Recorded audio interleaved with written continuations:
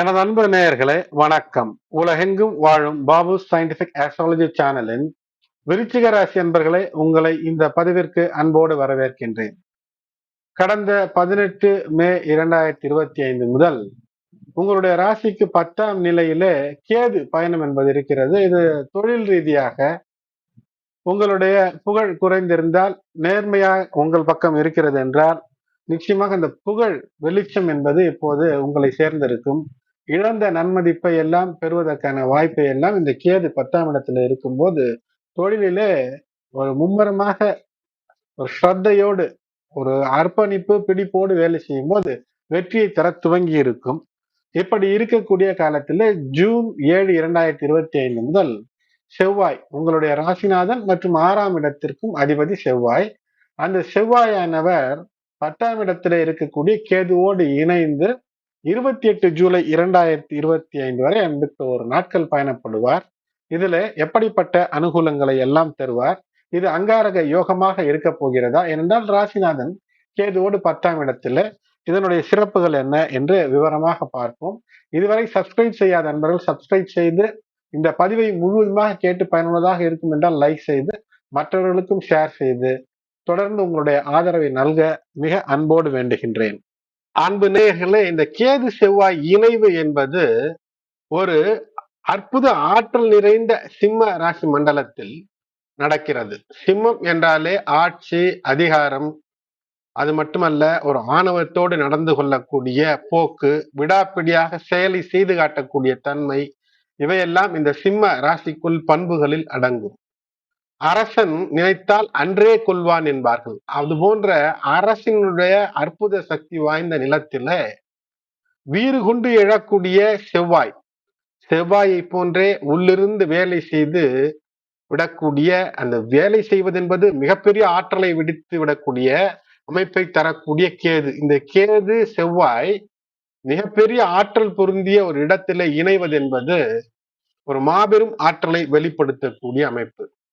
இது சாதாரணமாக உலகத்திற்கு, அதாவது அரசியல் விஷயங்களிலோ அல்லது பொதுவிலே உலகத்தில் பார்க்கும்போது மிகப்பெரிய பிரம்மாண்ட சக்திகளை ஒரு நொடி பொழுதிலே ஒரு மாபெரும் ஆற்றலை வெளிப்படுத்தக்கூடிய தன்மையை உமிழக்கூடிய அமைப்பு, ஒரு எரிமலை போன்ற அமைப்பு.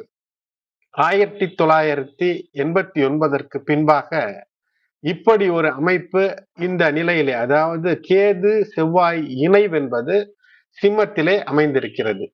இந்த வருடத்தில் 7 ஜூன் 2025 முதல் 28 ஜூலை 2025 வரை கிட்டத்தட்ட 51 நாட்கள் மிகப்பெரிய ஆற்றலை உமிழக்கூடிய ஒரு நிலையாக இருக்கிறது. இது மிக சக்தி வாய்ந்த ஒரு கிரக அமைப்பு. இது சாதாரணமாக தொழில் விஷயங்கள், பொருளாதார நிலை, குடும்ப விஷயங்கள், உடல்நிலை, பயணம் சார்ந்த விபத்துக்கள், இவற்றையெல்லாம் அசைத்து பார்க்கக்கூடிய மாபெரும் ஆற்றலை தரக்கூடிய அமைப்பு. அது மட்டுமல்ல, எதிரிகளை துவம்சம் செய்வதற்கு கூட இது அற்புத சக்தியை வெளிப்படுத்தும். ஆனால் சில கவனத்தோடு இருக்க வேண்டும். சிறு கவனச்சிதறலும் கூட மிகப்பெரிய ஒரு ஆற்றல் வெளிப்பாடு என்பது ஒரு பிரச்சனையை தந்துவிடக்கூடியதாய் அமைக்கும். சாதாரணமாக ஒரு பெட்ரோல் என்பது ஆற்றலை உள்ளடக்கி இருக்கும். அதை பயன்படுத்தி நாம் பயனுள்ளதாக மாற்றிக்கொள்கிறோம். ஆனால் அதே ஒரு பெரிய அளவிலே ஒரு டேங்கர் நிறைந்த ஒரு பெட்ரோல் காரணமே இல்லாமல் திடீரென்று ஏதோ ஒரு விஷயத்திலே அது வெடித்து சிதறும் போது தரக்கூடிய ஆற்றல் என்பது மிக பெரிதாய் இருக்கும். உலக அளவிலே அரசியல் தலைவர்களினுடைய திடீர் மரண செய்திகள் வருவதற்கான வாய்ப்பு, அல்லது எங்கேனும் மிகப்பெரிய ஒரு வெடிப்பு, தீவிரவாத தாக்குதல், இல்லை என்றால் திடீரென்று ஏதோ ஒரு ஆற்றல் உமிழக்கூடிய மிகப்பெரிய பிரம்மாண்ட நெருப்பு தீ ஜுவாலையின் காரணமாக உயிர் சேதம் என்றெல்லாம் இந்த நிலை தந்திருக்கிறது. 1989 கூட இது போன்ற பல நிலைகளை நாம் காண முடிகிறது. திடீர் என்று விமானங்கள் விழுந்து அதிலிருந்து இருக்கக்கூடிய அந்த விமானத்தை சந்தோஷமாக இயக்க தேவைப்படக்கூடிய அந்த பெட்ரோல், அந்த ஆற்றல், அந்த திரவ பொருள், அந்த ஃபியூவல் எரிபொருள், அதுவே மொத்தத்தையும் சூழ்ந்து ஒரு நொடி பொழுதிலே அப்படியே மாபெரும் ஆற்றலாக மாறினால் அது ஒரு சீற்றத்தை தந்து விடுகிறது. ஏன் சொல்கிறேன் என்றால், அப்படிப்பட்ட ஒரு ஆற்றலை கட்டுப்படுத்தி மடைமாற்றி எரிமலை உமிழக்கூடிய ஆற்றலாய் இருக்கக்கூடிய இந்த நிலைகளை வெற்றிக்கான வழிகளாய் எப்படி மாற்றிக்கொள்வது என்பதை பற்றி அதைத்தான் இந்த பதிவிலே உங்களுக்காக சொல்ல காத்திருக்கின்றேன். இப்போது உங்களுடைய இலக்குகளை, செயல்பாடுகளை ஆன்மீக ரீதியிலே நம்பிக்கை வைத்து செய்ய வேண்டும். ஏனென்றால் செவ்வாய் எல்லாவற்றிலும் பூரண ஒழுக்கத்தை எதிர்பார்க்கும். பூரண ஒழுக்கம், ஸ்ட்ரிக்ட் டிசிப்ளின், செய்ய வேண்டியவற்றை சரியாக செய்தால் சிக்கல் தராத ஒரு நிலை வெற்றியை தந்துவிடும். அதற்கு உத்வேகத்தை தருவதற்கு, உள்ளிருந்து மாபெரும் ஆற்றலை தருவதற்கு, அந்த கரேஜ் தருவதற்கு இருக்கக்கூடிய அமைப்பில் இந்த மாபெரும் கிரகம் என்று சொல்லலாம் கேது. கண்ணில் பார்க்க முடியாது. ஏனென்றால் ஒரு லென்ஸ் இருக்கிறது. அந்த லென்ஸ் வழியாக சூரிய கதிர் வரும்போது கீழே எதை வைத்தாலும் எரிந்துவிடும். அதுபோன்று ஆற்றலை குவித்து அற்புத மடைமாற்றம் செய்யக்கூடியதுதான் இந்த கேது. ஏற்கனவே ஆற்றல் இருக்கக்கூடிய இடத்துல ஆற்றலை குவித்து உள்ளிருந்து வேலை செய்ய வைக்கக்கூடிய கேது. இந்த கேதுவை மட்டும் சரியாக பயன்படுத்தவில்லை என்றால், அதாவது மைண்ட்லெஸ் என்று சொல்வார்கள், சிந்தனையே செய்யாமல் அழிவு சக்தியை வெளிப்படுத்திவிடும். யோசிக்காது, இயற்கை யோசிக்காது. நாம் செய்த தவறுக்கு இயற்கை யோசிக்காது தரக்கூடிய தண்டனை என்பது கர்ம வினை பயனை தந்து, மோட்சத்தை தந்து, இருக்கக்கூடிய நிலையிலிருந்து ஒரு விடுதலையை தந்துவிடும், பிரிவுகளை ஏற்படுத்திவிடும். பாஸ்ட் லைஃப் கர்மாஸ் என்று சொல்வார்கள். பூர்வ ஜென்ம வினை என்றாலும் சரி, இந்த ஜென்மத்திலே செய்யக்கூடிய சிறு தவறுகள் ஆகையினால உங்கள் வேலைகளில மிகப்பெரிய ஒழுக்கம் என்பது நிச்சயமாக தேவை. இந்த செவ்வாயினுடைய ஆற்றல் அப்படி. செவ்வாயினுடைய ஆற்றலோடு இந்த கேதுவினுடைய உள்ளிருந்தே மிக பிரம்மாண்டமாக மாற்றிவிடக்கூடிய அமைப்பு. அது ஆக்கமானாலும் அடிவானாலும் சரி. அதனால் கேது ஒவ்வொரு கிரகத்தோடு இணையும் போது ஒவ்வொரு தன்மையை தரும். இந்த செவ்வாய் கேது என்பது எக்ஸ்ப்ளோசிவ் எனர்ஜி, வெடித்து சிதறக்கூடிய மாபெரும் சிறப்பான ஆற்றல், போர் குணம், இவையெல்லாம் தந்துவிடக்கூடிய ஒரு நிலை என்பது ஏற்படும். ஆகையினால் கவனமாக இருக்க வேண்டும். செவ்வாய் என்பது செயல்பாட்டிற்கான, ஆற்றலுக்கான, அதே முரண்பட்ட போராட்டத்திற்கான, போர்க்குணத்திற்கான, அதே சமயத்துல பண்பும் பாசமும் தரக்கூடிய, அன்பும் நேசமும் அன்புக்கரமும் காப்பாற்றக்கூடிய அந்த நிலைகளையும் தரும். கேது ஒரு திடீரென்று உள்ளிருந்து ஒரு கர்ம வினை பயனை தந்துவிடும். ஏதேனும் செய்ய வேண்டிய விஷயத்தை சரியாக இப்போதோ அல்லது இதற்கு முன்போ இந்த வாழ்க்கையில தவறு இருந்தால் அதை சீர் செய்து கொள்வதற்கான வாய்ப்பை இழந்திருந்து மீண்டும் அதை வாய்ப்பை பெற்றாலும் மீண்டும் மீண்டும், அதாவது கவலையே படாமல், லெத்தார்ஜிக் அட்டிட்யூட் என்று சொல்வார்கள் ஆங்கிலத்திலே, இஷ்டத்திற்கு செயல்பட்டால் அது நல்லதல்ல. இது ஒரு நல்ல தீ அல்ல, நாச தீயாய் சில நேரங்களிலே ஏற்படுத்திவிடும். எரிமலை போன்ற சீற்றத்தை ஏற்படுத்தும். சூரிய வெடிப்புகள், சோலார் பிளாஷ், சூரியனிலிருந்து வெளிப்பட்டு பூமிக்கு சில பிரச்சனைகளை தரக்கூடிய வாய்ப்பும் இருக்கும்.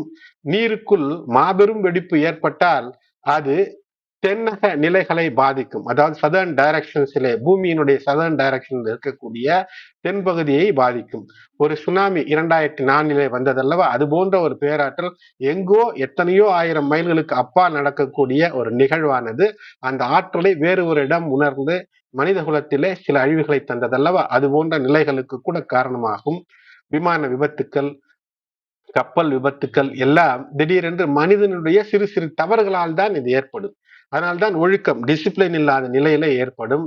படைத்தலைவர்கள், மத தலைவர்கள், இவர்களுடைய நிலைகளில திடீரென்று ஏதேனும் ஒரு மறைவு செய்தி, இதனால் ஏற்படக்கூடிய சிக்கல், இதனால் உலகிலே சில தடுமாற்றம் எல்லாம் நிகழும். அது மட்டுமல்ல, உறவு முறைகளிலே சிக்கலை ஏற்படுத்தி தரும். அது நல்லதாகவே சென்று கொண்டிருக்கக்கூடிய உறவு போன்று இருக்கும், அதிலே ஒரு சிக்கல். ஏனென்றால் இந்த காலத்திலே, சமகாலத்திலே சுக்கிரனும் இந்த செவ்வாய் மற்றும் கேது இணைவும் 1-5-5-9 என்ற அந்த நிலையை ஏற்படுத்துகிறது. ஆகையினாலே ரிலேஷன்ஷிப்பில் உண்மை இருக்க வேண்டும். உண்மைக்கு அப்பாற்பட்ட உறவுகளாக இருக்கிறது. பேச்சுவார்த்தை என்று ஈடுபடுகிறீர்கள் ஒரு பிரச்சனைக்கு, அந்த பேச்சுவார்த்தை என்று ஈடுபடக்கூடிய பிரச்சனையிலே உள்ளொன்று வைத்து புறமொன்று செய்தால் அழிவென்பது நிச்சயம் என்பது இதனுடைய அர்த்தம். அதற்குத்தான் இந்த 1-5 என்ற இந்த நிலையில கவனம். அது மட்டுமல்லாமல் ராகுவினுடைய நேரடி பார்வையை இந்த கிரக இணைவு, செவ்வாய் கேது கூட்டணி பெறுகிறது என்பது மிக முக்கியம். அதனால் எதையுமே பிரம்மாண்டமாக்கிவிடும். சாதாரண ஒரு பொறி, தீப்பொறி, அது மிகப்பெரிய ஒரு ஆற்றலை உமிழ்ந்து சிக்கலை தரும். அதனால் கவனம். இப்போது ரகசிய விஷயங்களில வெற்றி பெற முடியும்.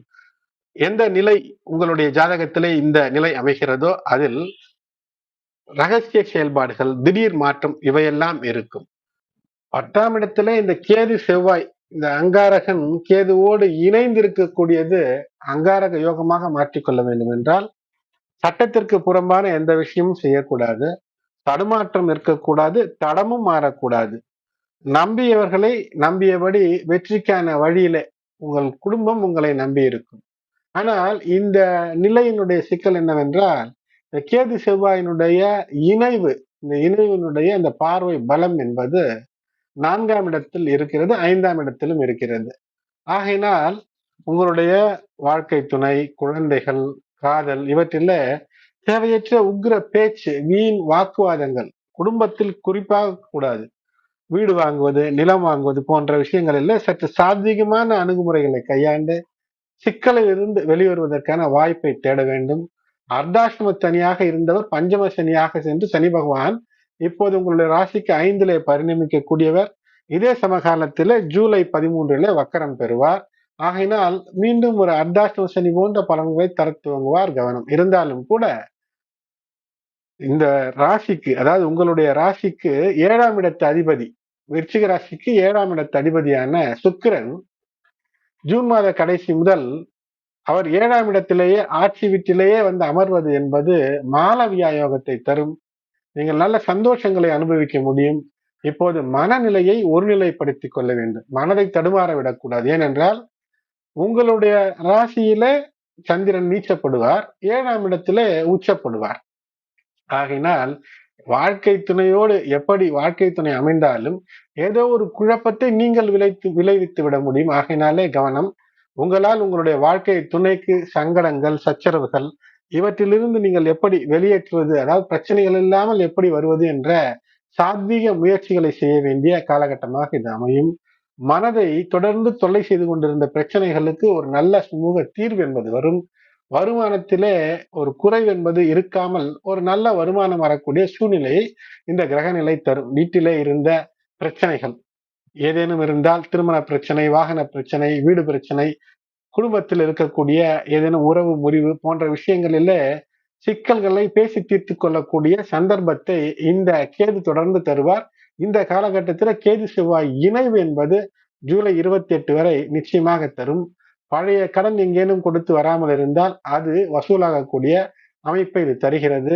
குடும்பத்திலே ஒரு நல்ல முன்னேற்ற சிந்தனையோடு செயல்பட்டால், பெண்களாக இருந்தால், இல்லத்தரசிகளாக இருந்தால் குடும்பம் இனிய குடும்பமாக, இனிய இல்லறமாக இருக்கும். திருமணத்திற்காக காத்திருக்கக்கூடிய விருச்சிக ராசி பெண்களுக்கு நினைத்தது போல் திருமணம் நடக்கக்கூடிய அமைப்பு என்பதெல்லாம் இருக்கும். தெய்வ பக்தி என்பது நிச்சயமாக தேவை. ஆணாக இருந்தாலும் பெண்ணாக இருந்தாலும். குறிப்பாக செவ்வாய்க்கிழமைகளில் ராகு கால வேளையில உக்ர தெய்வ சன்னிதானங்கள் சென்று விளக்கேற்றி வழிபாடு செய்வது வெற்றியை தரும். அதனால்தான் உக்ர காளியின் ரௌத்ரம் காண்பீர். ரௌத்ரம் என்றால் கோபம். கோபத்திலே என்ன செய்வாள் காளி? தீயவற்றை அழித்து நல்லவையை தருவார். ஆகையினாலே உங்கள் மனதிலே ஏதேனும் தீயவை இருந்தால் அவற்றிலிருந்து வெளிவந்து நல்லதை நீங்கள் நாட வேண்டும். அனுஷம் நட்சத்திரமாக இருக்கிறது என்றால் நல்ல மேன்மையான நிலை அமையும். நினைத்தது கைகூடக்கூடிய அமைப்பு என்பது இருக்கும். ஆனால் சிறு சிறு உடல்நல உபாதைகள் இருந்தாலும் கூட வெற்றி என்பது இருக்கும். பயண வழிகளிலே மிக கவனமாக இருக்க வேண்டும். இயந்திரங்களை கையாளுகிறீர்கள், நெருப்பு சார்ந்த ஆற்றல் சார்ந்த விஷயங்களை கையாளுகிறீர்கள், ஆயுதங்களை கையாளுகிறீர்கள் என்றால் மிக கவனம் தேவை. நிச்சயமாக அந்த உடற்பயிற்சிகள் செய்யும் போது தீவிர உடற்பயிற்சிகள் எல்லாம் ஈடுபடாமல் இருப்பது நல்லது. வீட்டு நபர்கள் உங்களுக்கு சில சமயங்களில சில விருச்சிக ராசி நண்பர்களுக்கு எதிரிகளாக மாறக்கூடிய சூழ்நிலை இது தருகிறது. இருப்பதை சொல்லித்தான் ஆக வேண்டும். ஆகையினால் குடும்பத்தில வீண் விவாதங்களை ஏற்படுத்தி மனநிலையை தர்ம சங்கடத்திலே நீங்கள் ஆழ்த்தி கொள்ளக்கூடாது. தெய்வ பலம், மனநலம் பெறுவதற்கு யோகா தியானம் செய்வது வெற்றியை தரும். வீட்டு நபர்கள் உங்களுக்கு தெரியாமலேயே ஏதேனும் ஒரு சிக்கலை, ஒருவேளை நீங்கள் ஏற்படுத்திய சிக்கல் காரணமாக எதிரிகளாக மாறுவதோ அல்லது அவர்கள் ஒரு சிக்கலை ஏற்படுத்தி உங்களை எதிர்நிலையில வைப்பதோ இப்படி நடக்க வாய்ப்பு இருக்கிறது. கவனம். மகிழ்ச்சியாக இருப்பதற்கு நீங்கள் தான் நேர்மறையான விஷயங்களை தேர்ந்தெடுத்து மகிழ்ச்சியை ஏற்படுத்திக் கொள்ள வேண்டும். போலி காதல், வம்பு, வழக்கு, காவல் நிலையம் என்று முடியும். உண்மை காதல் வெற்றியை தரும். புதிய ஒப்பந்தங்களுக்கு வாய்ப்பு இருக்கிறது. அப்படிப்பட்ட ஒப்பந்தங்கள் வரும்போது அதை அலசி ஆராய்ந்து கொண்டு ஏற்க வேண்டும். வேலையில் இருப்பவர்களுக்கு ஏதேனும் ஒரு மாற்றம் என்பது இருக்கும்.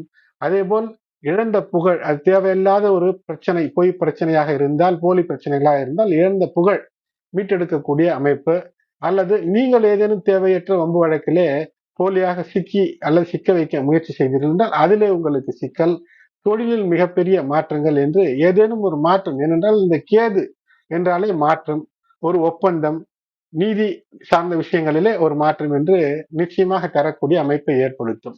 பொதுவாக தொழிலிலே நன்மதிப்பு பெற வேண்டும் என்றால் நேர்மையான தொழில், நேர்மையான வியாபாரம், வேலையில லஞ்ச லாவண்யமற்ற பிரச்சனை இல்லாத நிலையை நீங்கள் இந்த காலகட்டத்திலாவது கடைபிடித்தால் வருங்காலம் வசந்தமாக இருக்கும். வாழ்க்கையிலே வெற்றி என்பது இருக்கும். படபடப்பு கூடாது. எதற்கும் தடுமாறாமல், தடம் மாறாமல், சட்டத்திற்கு புறம்பான விஷயங்களை செய்யாமல் வெற்றியை பெறுவதற்கான வாய்ப்புகளை தேடும்போது நிச்சயம் ஏற்றம் என்பது இருக்கும். அன்பு நேயர்களே, விருச்சிக ராசி அன்பர்களே, பதிவு முழுவதுமாக பார்த்து கேட்டு உங்களுக்கு பயனுள்ளதாக இருக்கும் என்றால் லைக் செய்யுங்கள். தொடர்ந்து இணைந்திருங்கள்.